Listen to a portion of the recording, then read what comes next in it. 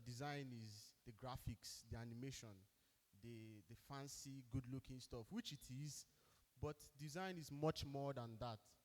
Design is structures, design is ideas, design is architecture, planning, preparation of how it should look, how it will be implemented. And today we'll be talking about how we can use data to drive and improve design. So, okay, so I'll start. An important information to note, most events that are beginner friendly, such as this, have a higher percentage of beginners or entry-level devs. So I will keep the language very simple and very straightforward. I'm talking to people at my level. So data is something that is everywhere today. We have so much data at our fingertips. We have Google, we have ChatGPT, we have Gemini, we have, all these AI models, all these information sources, Wikipedia. And yet, it's as if we are using less and less of these information to solve problems. Thank you very much. Because a lot of decisions are being made without being backed or driven by information. How do we get this data? How do we get this information? It's simple. He said something about complex problems. To solve or find complex problems, we just have to ask the right questions.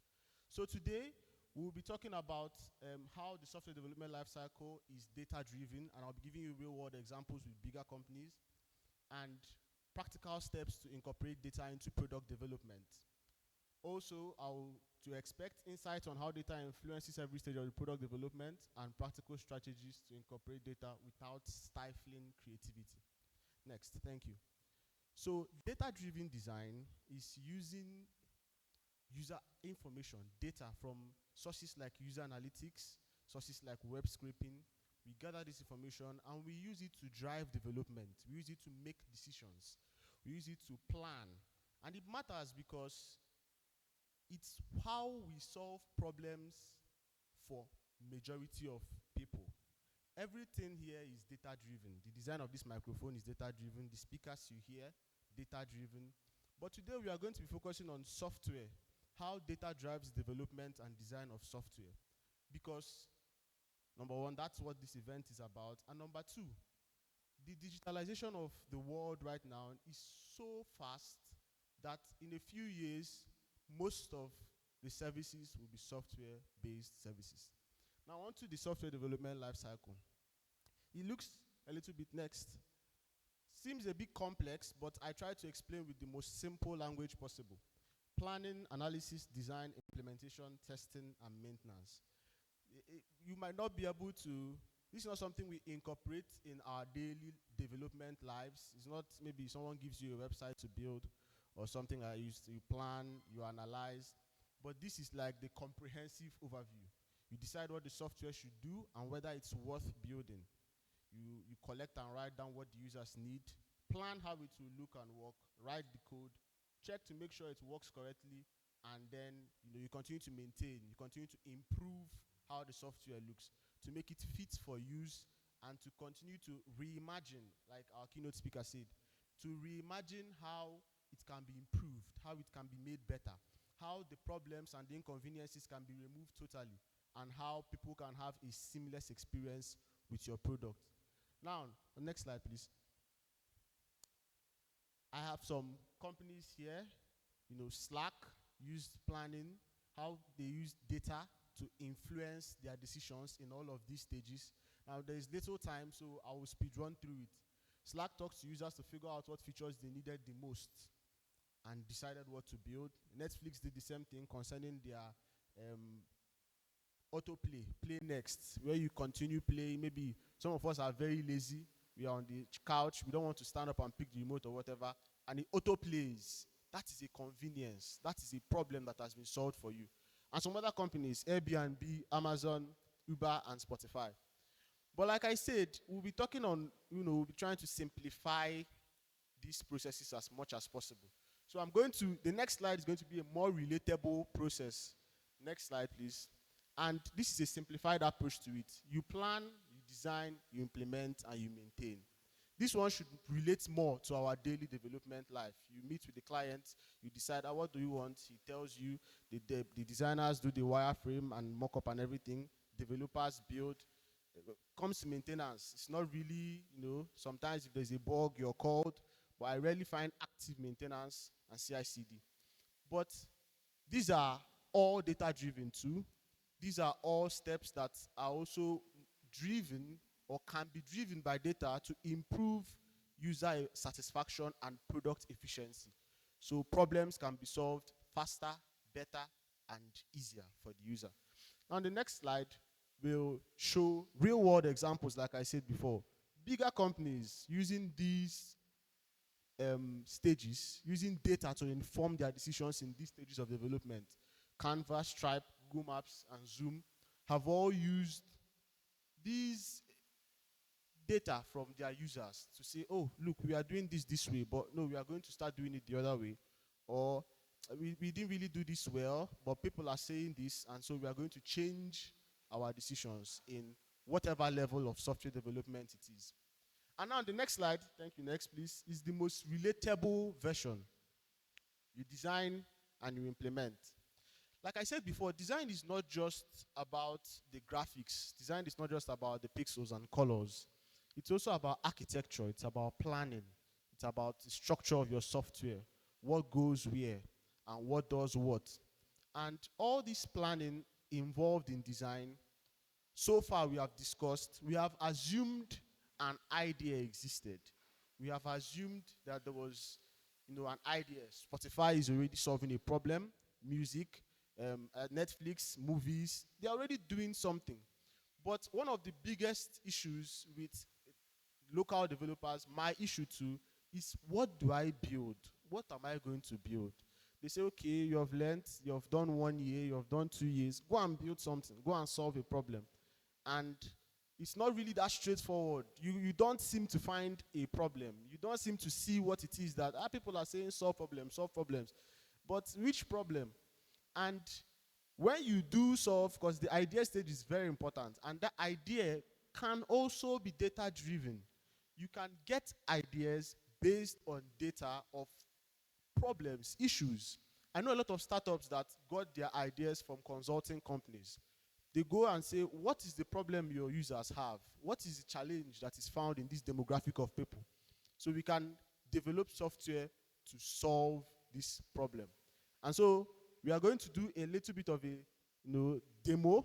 If you're on LinkedIn, you can go and copy your LinkedIn profile URL, and we are going to go at it. Next slide, please.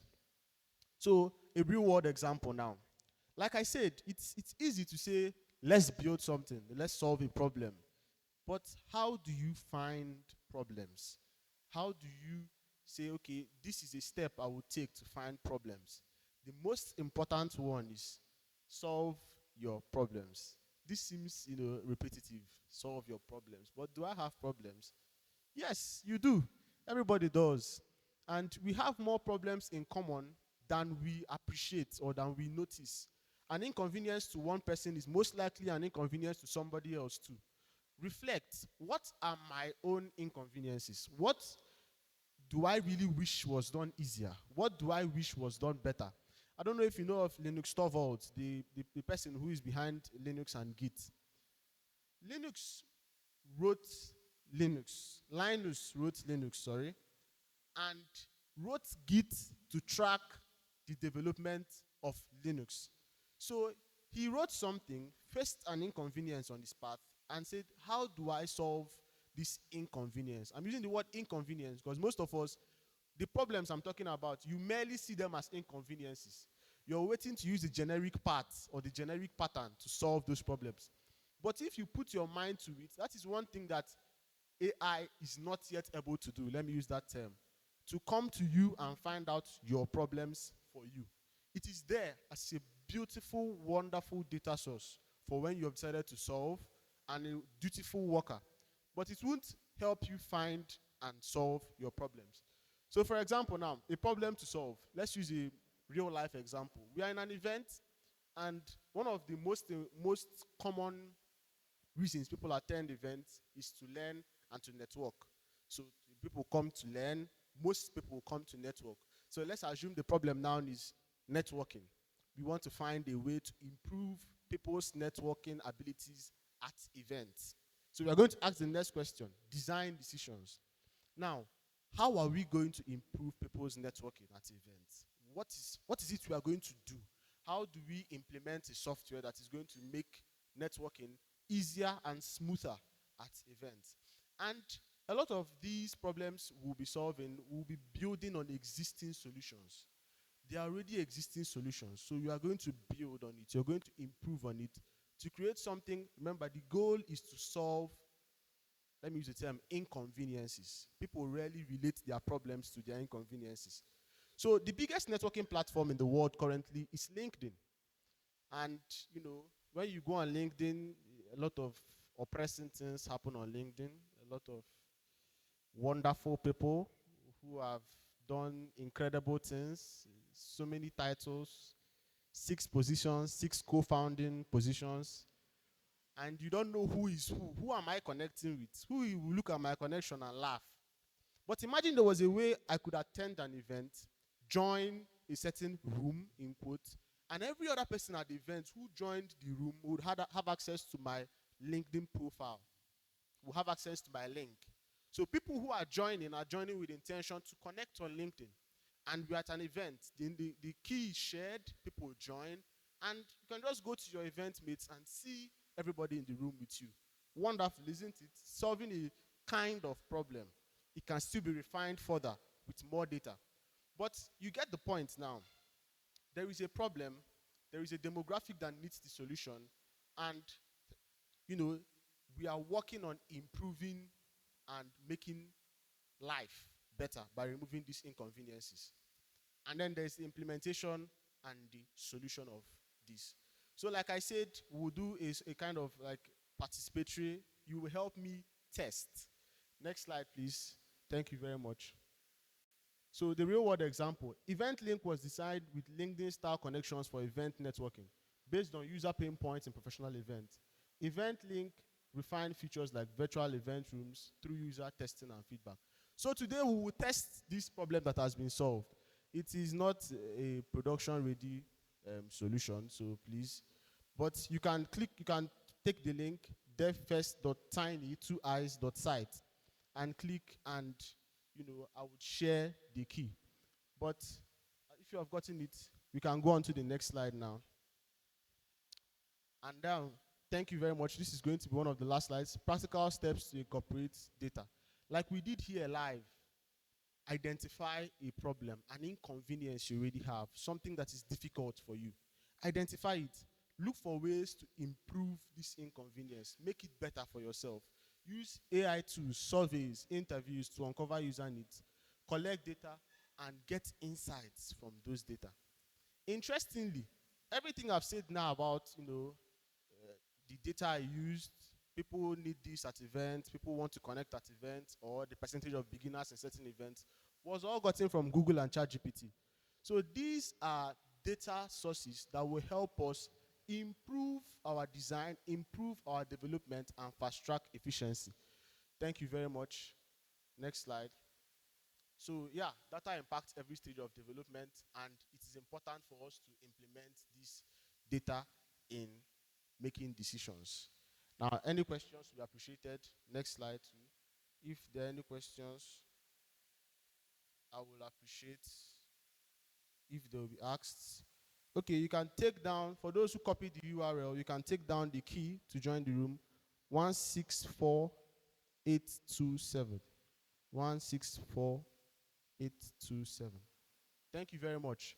Any questions, you can email me any corrections, any improvements. Once again, thank you very much to the organizers for this beautiful opportunity. And I hope we are living here today with the understanding of how, why, and where data is important in our development and design processes. Thank you very much.